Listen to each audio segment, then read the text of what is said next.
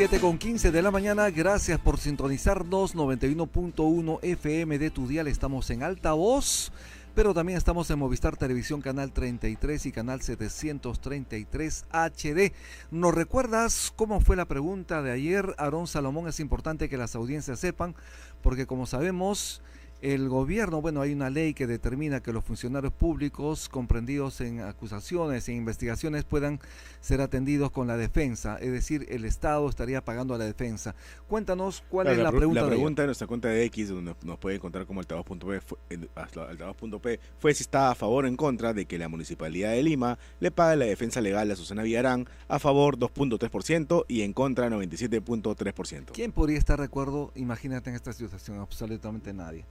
Bueno, estamos ya con el doctor Lucas Gersi, él es abogado constitucionalista. Muy buenos días, Lucas, ¿cómo estás? Buen día, Lucas. Muy buenos días, estimados amigos, un honor para mí estar con ustedes acá en Altavoz, que además me dicen es su aniversario, entonces... El día de mañana. El día de mañana, el día de mañana. O sea, yo encantado, yo feliz de estar acá. Muchísimas gracias, además tú participaste en este proyecto en una primera etapa importantísima. Claro, ¿no? Por supuesto, esa ya será una historia que en otro momento la desarrollaremos. Ajá. Inclusive yo fui uno de los creadores del nombre. Exacto. Yo te puedo contar exactamente cómo y cuándo es que diseñamos el nombre, ¿no?, de Altavoz. Importante. Te digo, por el morbo, ¿no?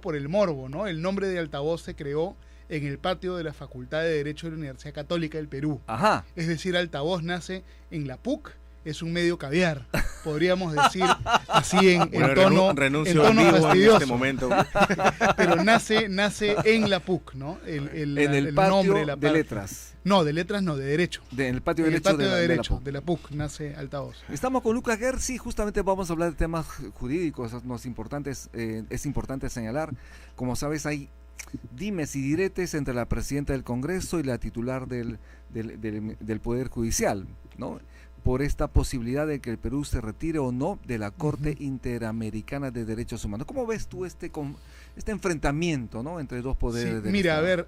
La Constitución señala que el poder de retirarse de un tratado o salir de una Corte Internacional nace en el Poder Ejecutivo y después debe ser ratificado por el Congreso. ¿Ratificado en una votación? Ratificado en una votación, ¿sí?, en el Congreso, sí. Pero tiene que nacer en el Poder Ejecutivo. Es decir, esta pelota está en cancha de Dina Boluarte. Pero pura y del bulla Ministerio nomás, ¿no? de Relaciones Exteriores. Entonces, mi teoría es que Dina Boluarte está utilizando esto como un elemento distractivo. Una cortina de humo. Claro, ella lleva más de un año diciendo periódicamente que quiere retirarse y hasta ahora no hace nada concreto. ¿Existe esa comisión anunciada para evaluar el retiro del Sistema Interamericano de Derechos Humanos? No sabemos nada, ¿no? Ella creo que lo anunció y creo que quedó ahí, ¿no? No se sabe quiénes son miembros de la comisión. Es decir, yo creo que esto es puro bluff. Creo que no se va a concretar. Hay que recordar que el Perú hizo todo un lobby internacional para escoger a un integrante de la Corte Interamericana, claro, que es el doctor Borea. Entonces, diplomáticamente no es creíble, yo no me creo diplomáticamente que el Perú, después de haber movido cielo y tierra para poner un juez en la Corte, después patee el tablero y se salga. Yo no estoy a favor de la Corte, yo creo que la Corte es extremadamente, en muchos casos, sesgada, de repente antidemocrática en otros casos. Tiene que haber una reforma profunda. Inclusive yo estaba hablando con alguna gente entendida en la materia y había gente que me estaba diciendo que varios países de la región no les gusta esto y quieren, como Argentina, salirse, o si no se salen, de repente plantear una reforma. Pero mira este dato, ¿eh? Hay una conversación en este momento a nivel multilateral entre varios países, ¿no? Perú, Argentina, Ecuador, Paraguay. Imaginen lo que sería... Es un momento idóneo. Si estos cuatro se salen de la Corte colapsa, muere, porque son 4 países importantísimos de América Latina. O sea, la presidenta Boluarte... Tiene que haber una reforma acá. Exacto, la presidenta Boluarte señaló lo siguiente: el Perú es libre e independiente, con autonomía y soberanía. Y advirtió que no seremos colonia de nadie, obviamente negándose a permitir cualquier intervención internacional. Se refiere obviamente a la Corte Interamericana de Derechos Humanos. Sí. Pero ella no se acuerda, cuando no quiere acordarse, cuando sí recurrió a la CIDH para de alguna manera denunciar lo que se estaría pasando en el Congreso de la República en ese momento, cuando le investigaban por el club Purímac, ¿no? Efectivamente, ¿no? En ese momento sí recurrió. Y además varios políticos peruanos han recurrido a la CIDH. Sí, El claro. caso de Alan García, por ejemplo. Claro, para volver a postular. puede ser un caso. Y a ver, yo creo que la CIDH, la idea es buena. Es una buena idea tener una corte que cuando ya un Estado de repente se vuelve autoritario y los jueces del país no responden, tengas un último lugar al que puedas ir para quejarte de una grave vulneración de derechos humanos, ¿ya? La idea de la Corte es buena, la idea. El problema es que la Corte se ha desnaturalizado y se ha vuelto un actor político coyuntural. De oficio. Por ejemplo, en el Perú, ¿no? En el Perú se acusa a los magistrados del TCE por el caso del Frontón y al toque entra la Corte a defenderlo. Sin que ¿no? nadie le pida. Se acusa a Salas Arenas que de repente ha hecho algo malo y la Corte al toque dice dale protección a Salas Arenas, ¿no? Se acusa a Gorriti que por qué le dejaron una rosa en el IDL, la Corte tiene que proteger. Entonces el problema de la Corte es que en relación al Perú se ha vuelto un actor de coyuntura, interviene así de manera precipitada en todos los escándalos prácticamente de la política nacional, es decir, no está enfocada en los casos importantes, selectivos, graves que debería revisar. Y luego el otro problema de la Corte es que pretende imponerle a los países una agenda que ya no son los casos más importantes de derechos humanos, ¿no? Por ejemplo, hay una sentencia de la Corte donde la Corte prácticamente dice todos los países tienen que aprobar el matrimonio gay, por ejemplo. Eso no debería venir de una Corte internacional, eso es una decisión, un debate que debe darse país por país, soberana, ¿no? un debate político, ¿no? Entonces la Corte ha perdido su norte, ¿no? Creo que no es mala en concepto, simplemente es una institución, como muchas otras, capturada por la agenda ideológica caviar, ¿no? Yo quería preguntar entonces, con estas declaraciones de Dina Boluarte, lo que quiere es granjearse apoyos, adhesiones de la derecha. Sí, claro, yo creo que Como lo hizo en su discurso criticando a Cuba, a Venezuela como Dina Boluarte y Bolivia. Como Dina Boluarte no tiene apoyo de la izquierda, quiere tener apoyo de la derecha para no quedarse Pero sola. mintiendo, porque no es lo que piensa. No es lo que piensa. Dina Boluarte, siempre que tiene que tomar una decisión, siempre que está contra la espada y la pared, tira para el lado del comunismo. Protegió a Cerrón, subsidió a Petroperú, atacó a la minería formal y se puso del lado de la minería informal. Es decir, siempre que Dina Boluarte tiene que tomar una decisión difícil, se tira para el lado izquierdo.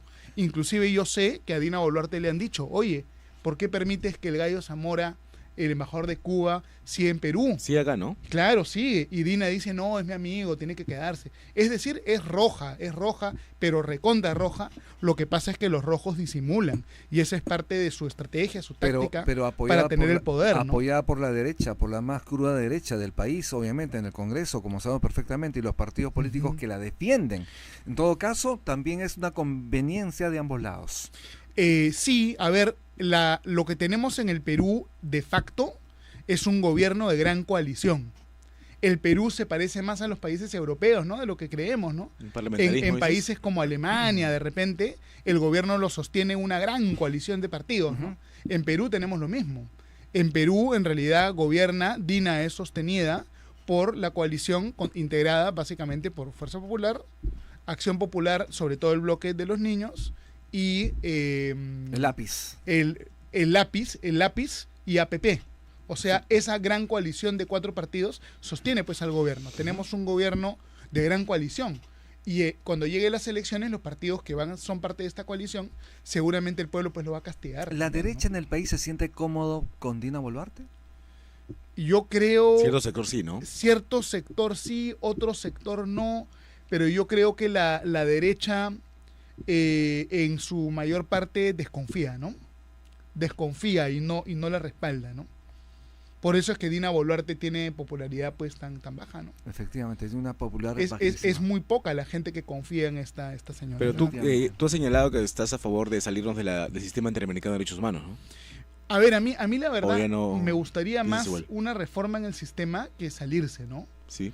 Y esto tiene que ser un trabajo diplomático serio, concertado, un trabajo diplomático además agresivo. Yo creo que eso es mejor que salirse, ¿no? Además hay que saber, hay que recordar que la política es la política cambia, es cambiante, ¿no? Entonces el día de hoy de repente el Perú se sale y el día de mañana vuelve a entrar. Entonces estar entrando y saliendo, eso tampoco pues es tan serio, ¿no? ¿Qué pasa si no le hacemos caso a una sentencia de la Corte de H? ¿No pasa nada, como dice el doctor Domingo García Belaunde? En la práctica, consecuencias así concretas no van a haber, ¿no? Pero sí son obviamente sentencias vinculantes jurídicamente, que Son vinculantes. legalmente se tienen que cumplir, ¿no? Es decir, el Estado peruano tiene que cumplir lo que la CIDH ha indicado sobre esta reciente norma. Sí, claro. Mira, yo como profesor de Derecho, como abogado, yo no puedo decirte que estoy a favor que no se cumpla una sentencia. Pero la pirámide de La Kelsen, ¿dónde están los tratados internacionales? ¿Por encima o por debajo de la Constitución? Son supranacionales, pues están por encima El del tratado Estado. internacional se tiene que cumplir y tú no puedes invocar tu derecho interno como una excusa para no cumplir el tratado, ¿no? Si no quieres cumplir un tratado, lo que tienes que hacer es salirte del tratado. Mientras no te salgas, lo tienes que cumplir. Porque están en el mismo nivel que la Claro, Constitución. tiene un nivel legal, ¿no? Justamente Salvo sobre que- el tema, mira, la señora Janet Tello señala lo siguiente y lo leo. Nos resulta preocupante escuchar posiciones de las más altas autoridades del país respecto al retiro de la Corte Interamericana de Derechos Humanos, lo cual va en contra de una línea histórica que el Perú siempre asumió como promotor constante del derecho internacional, la seguridad colectiva y los derechos humanos en la región y en el mundo. Va en línea de lo que tú dices. Bueno, expresa una posición, ¿no? Mira, a mí esta corte no me gusta. Yo creo que hay un montón de cosas que reformar. Pero yo creo que la intención número uno, que el gobierno no tiene una intención seria de salir. Yo creo que este es un engañamuchachos. Número dos, yo creo que hay que mejorar esta corte a través de un trabajo diplomático serio y concertado, que para mí lo más importante, sobre todo, tiene que reducirse la cantidad de derechos, el tipo de derechos respecto de los cuales la corte se puede pronunciar. Y además hay que regular mucho mejor cómo la Corte dicta medidas cautelares, porque estas medidas cautelares, más que las sentencias, son las que son utilizadas indebidamente e incorrectamente. Para cerrar esto, lo que mencionas, Dina Boluarte no quiere salirse de la Corte de H y lo que está haciendo es engañar a la ciudadanía o engañar a la derecha. Sí. Yo creo que es un engaño vulgar. Creo que es un engaño bastante vulgar, ¿no? El día que Dina Boluarte envíe al Congreso la comunicación diplomática donde el Perú se retira, ahí estamos hablando en serio. Mientras eso no ocurra, Puro fuego artificial. es puro floro, ¿no? Es puro floro y una falta de respeto al país, ¿no? Porque lleva años hablando de esto, de lo mismo. sin ninguna consecuencia. Además, ¿no? como lo hemos señalado hace un momento, ella indicó que se va a formar una comisión especial para analizar el retiro. Claro, ¿dónde está esa comisión? No hay esa ¿Quién comisión. la integra? Exacto. O sea, es una falta de respeto al país hacer anuncios de cosas que después no se concretan, ¿no? Estamos con Lucas Gersi, 7:28 de la mañana. Haremos una pausa en Altavoz en Vital y en Movistar Televisión. Ya regresamos. Ya hablemos.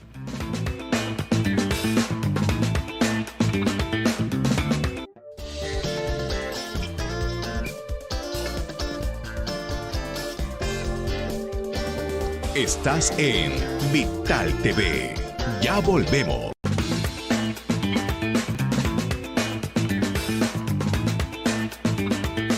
7:30 de la mañana, estamos de retorno en Altavoz en Vital y estamos conversando con el abogado, el doctor Lucas Gersi.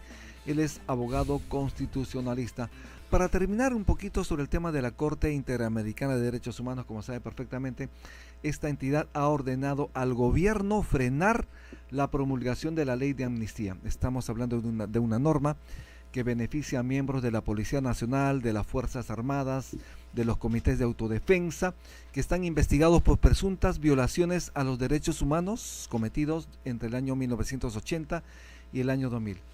Sin embargo, esto está en la cancha del Ejecutivo, la autógrafa de ley está en la cancha del Ejecutivo, no se sabe si lo va a observar o lo va a promulgar, al parecer lo va a promulgar. ¿Qué crees tú que va a pasar en este sentido para precisar el tema? Sí, claro. A ver, la Corte Interamericana de Derechos Humanos de hace muchos años tiene sentencias en casos vinculados con Uruguay, con Argentina, inclusive también con Perú, que dice que no puede haber amnistías por este tipo de delitos. Exacto. Entonces yo creo que es casi seguro, 95-96% de posibilidad, que incluso si esta ley es promulgada, los jueces no la van a aplicar y finalmente es una ley que no va a tener mayor impacto. Con el control difuso. Así es, con el control difuso. Yo creo que es un error la amnistía. A mí no me gusta la amnistía, es un error, porque si tú le das amnistía a policías y militares, número uno, los jueces no lo van a aplicar, y número dos, le das munición ideológica a grupos como el Movadef para pedir amnistía a favor de los terroristas. Recordemos que hay algunos países de América Latina, el caso más claro es El Salvador, donde cuando terminó la violencia en El Salvador, la guerra civil que tuvieron, que terminó en un empate, el ejército, la Fuerza Armada, el gobierno y los terroristas se pusieron de acuerdo y dijeron amnistía para todos, nadie preso. Y ese es el sistema que tienen en El Salvador, por ejemplo, amnistía para todos.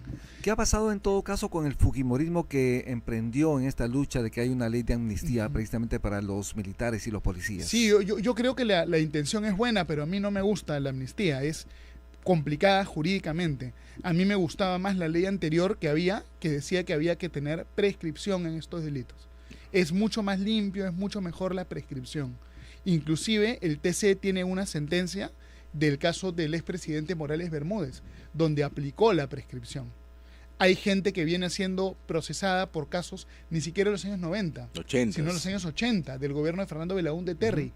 Unos señores muy mayores todavía lo siguen procesando 30, 40 años porque después. No prescribe. Ahí debería aplicar la prescripción.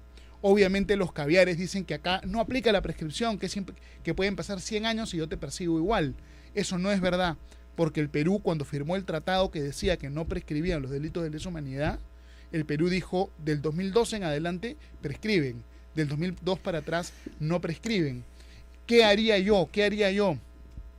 Un grupo de congresistas debería presentar una demanda de inconstitucionalidad contra la ley de la prescripción, para que el TC diga en un proceso de inconstitucionalidad que la ley de la prescripción es constitucional. Y si el TC dice que esa ley es constitucional, todos los jueces están obligados a aplicarla y se cierran todos los juicios por prescripción. Eso es mejor que la amnistía. La amnistía es muy complicada legalmente. En este caso, en todo caso, el Ejecutivo observará, promulgará la norma de la que estamos hablando, la ley de amnistía. Sí, bueno, Dina Boluarte ya dijo que la va a promulgar. La va a promulgar. Pero, si pero todavía no la promulga, ¿no? Si no la promulga, igual el Congreso por insistencia. Bueno, hay un plazo. Si la presidenta, el Poder Ejecutivo tiene un plazo para promulgar o observar. Si dentro de ese plazo ni observa ni promulga, claro, el Congreso lo promulga sin la firma de la presidenta y forma parte del ordenamiento. Pero podría ser inaplicable, como tú lo dices, por parte de los jueces. Sí, yo creo que con toda seguridad va a ser inaplicable. Porque sí, es poco elegante, ¿no? Las amnistías, ¿para qué sirve una amnistía? Es más que nada, imaginemos que llegase la democracia en Venezuela y hay un montón de presos políticos. Para liberar a los presos políticos, ahí aplicas la amnistía. Es más para una situación saliendo de una dictadura. Es claro, una cosa muy excepcional. En una situación como esta yo creo que no nos ayuda tanto, ¿no? No es la fórmula correcta. Sí, yo quería aprovechar esta entrevista para preguntarte sobre la situación de El Salvador con el nacimiento de prácticamente un dictador, que es Nayib Bukele, con esta luz verde que le ha dado el Parlamento para poder reelegirse de manera indefinida, ¿no? Mira, yo creo que Nayib Bukele es un comunista formado por el Foro de Sao Paulo, es un chavista que está siguiendo una táctica para confundir, engañar y dividir a la derecha. La Guerra Fría nunca ha terminado, ¿ya? La Guerra Fría continúa. Rusia y China están combatiendo a Estados Unidos a través de su satélite que es Cuba y su otro satélite que es Venezuela. Rusia y China, los comunistas, el bloque comunista, tiene una estrategia. Ellos dicen, simultáneamente vamos a ganarnos a la derecha y también a la izquierda. Por eso es que tú tienes dictaduras al estilo Rusia, Putin, que un montón de gente de derecha que no sabe nada de política y que son ilusos, aplauden a Putin. Y con Bukele es igual. Es un comunista fingiendo ser de derecha.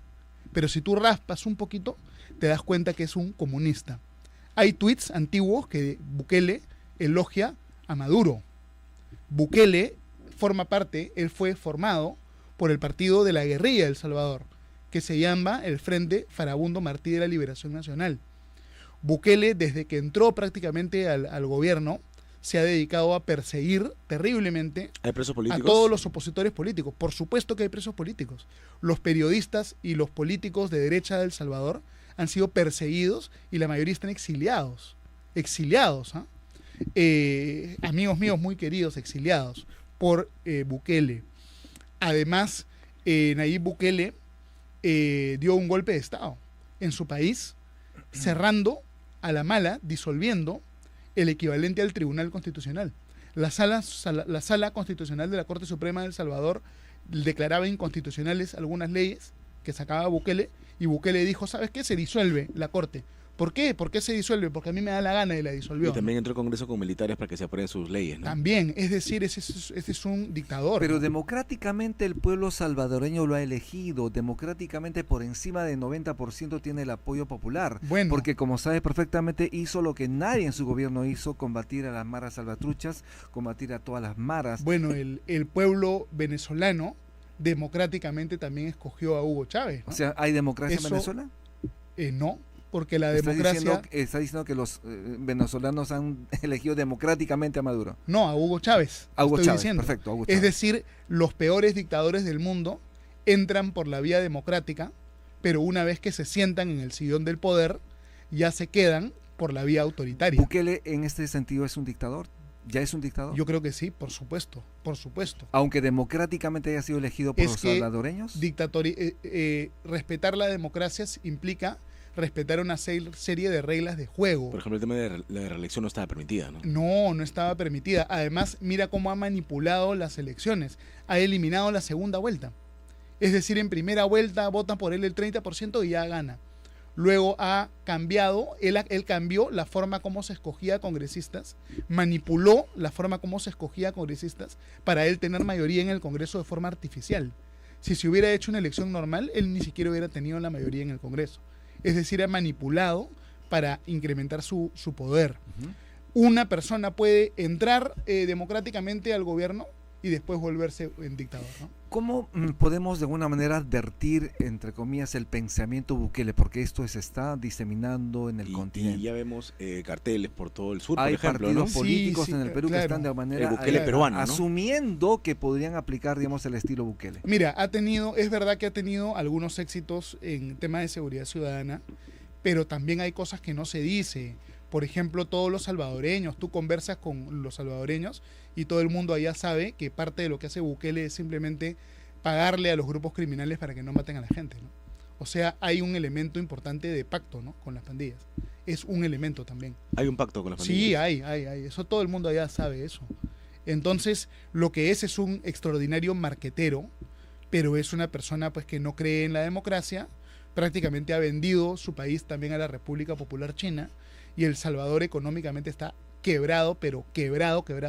No tienen una deuda pues increíble, es decir, prácticamente ha destruido el país, ¿no? Y las consecuencias de eso se van a ver un poquito más adelante. Lo único que salva a El Salvador se mantiene a flote por la decisión extraordinariamente buena que tuvieron los buenos gobiernos anteriores de El Salvador de dolarizar el país. Al tener el dólar, es un país muy estable, ¿no? Y eso es lo que hace que el país se mantenga viable. Y con esta Dólar, ¿no? reelección indefinida, ¿hasta cuándo tenemos a Bukele? ¿Hasta que se muera? Bueno, los dictadores que hacen esas cosas destruyen sus países o ellos terminan mal. O sea, va a ser una tragedia y esperemos que esto no se vuelva la próxima Venezuela. Pues, ¿Y en qué momento habría ese cambio para que la población de ese país, de El Salvador, pueda virar de otro modo, mirar las cosas como tú lo estás viendo también y saber exactamente que Bukele es un dictador? Yo creo que muchos ya se están empezando a dar cuenta. Es verdad que todavía tiene niveles de popularidad Altísimos. importantes por los logros que ha tenido en seguridad ciudadana que son reales, ¿no? La violencia que habían barrios controlados por pandillas y el que vivía en un barrio no podía ir a otro barrio. Es decir, la vida de la cotidiana de la gente en seguridad ha mejorado mucho y eso le ha dado una credibilidad que le permite hacer estas cosas antidemocráticas. Pero esto eventualmente va a quedar trunco y va a empezar a haber más oposición, ¿no? Estamos en Altavoz, estamos en Vital y estamos conversando con Lucas Gersi. ¿Crees tú que la presidenta Dina Boluarte sea vacada en lo que viene del año o ya no? No, yo creo que es Ya no. muy improbable. Había un grupo de los partidos de derecha, de verdad tenían una intención de vacarla junto con un grupo de los partidos de izquierda. ¿no es cierto? Porque no hay una confianza en ella, ya había un miedo que de repente no iba a dar la garantía de un buen proceso electoral, etcétera, pero esos grupos están en minoría, ¿no? Yo creo la coalición que respalda a Dina es la más fuerte en el Congreso y no va a haber una vacancia. Y para terminar, nos hemos enterado de que $500,000 de soles, o de dólares creo, $500,000 sí, va a gastar Dina Boluarte en viajar a Japón e Indonesia. ¿Tú estás de acuerdo con estos viajes que hace Dina Boluarte? Mira, yo creo que Dina Boluarte no es que su presencia en el Perú sea tan determinante, pues tampoco. Mejor ¿no? que se fuera. Sí, o sea, creo que no, el costo de oportunidad no es tan alto. Pero sí plata, ¿no? Bueno, sí, pero digamos hay otras cosas. ¿Cuánto dijiste que iba a costar? $500,000. Bien alto, ¿no? Es raro. En viajar a esa Japón cifra. e Indonesia. Rara esa Es cifra. que va habría con verificar. 5 ministros. Ya. ¿Pero ella traerá inversiones? ¿Y cuál es la razón del viaje? Reunirse con el embajador de Japón. Con el emperador, Con ¿será? el emperador, perdón. Hay una feria comercial además en Osaka Sí. y además quiere reunirse con las autoridades Naurito, de ambos ¿no? países. Najurito, sí. Bueno, digamos, el Congreso le ha dado la autorización, es la presidenta del Perú, que vaya, ¿no? No me parece tampoco para... Narujito, sí. Ujú. No me parece tampoco para rajarse las vestiduras, ¿no? Lucas Gersi, muchísimas gracias por estar en Altavoz en Vital, tu despedida de las audiencias en radio y en televisión. No, para mí un honor estar acá y siempre debatir de todos estos temas y estar ahí pendientes de la defensa de la democracia, que es lo más valioso que tenemos, ¿no? Creo. Muchísimas gracias, Lucas. Muchas gracias, caballeros. Estaremos Muchas en gracias. contacto siempre. Gracias por venir nuevamente a Altavoz. Gracias. Estuvimos con el doctor Lucas Gersi, abogado constitucionalista. Haremos una pausa en Altavoz en Vital 91.1. Ya regresamos. Ya volvemos.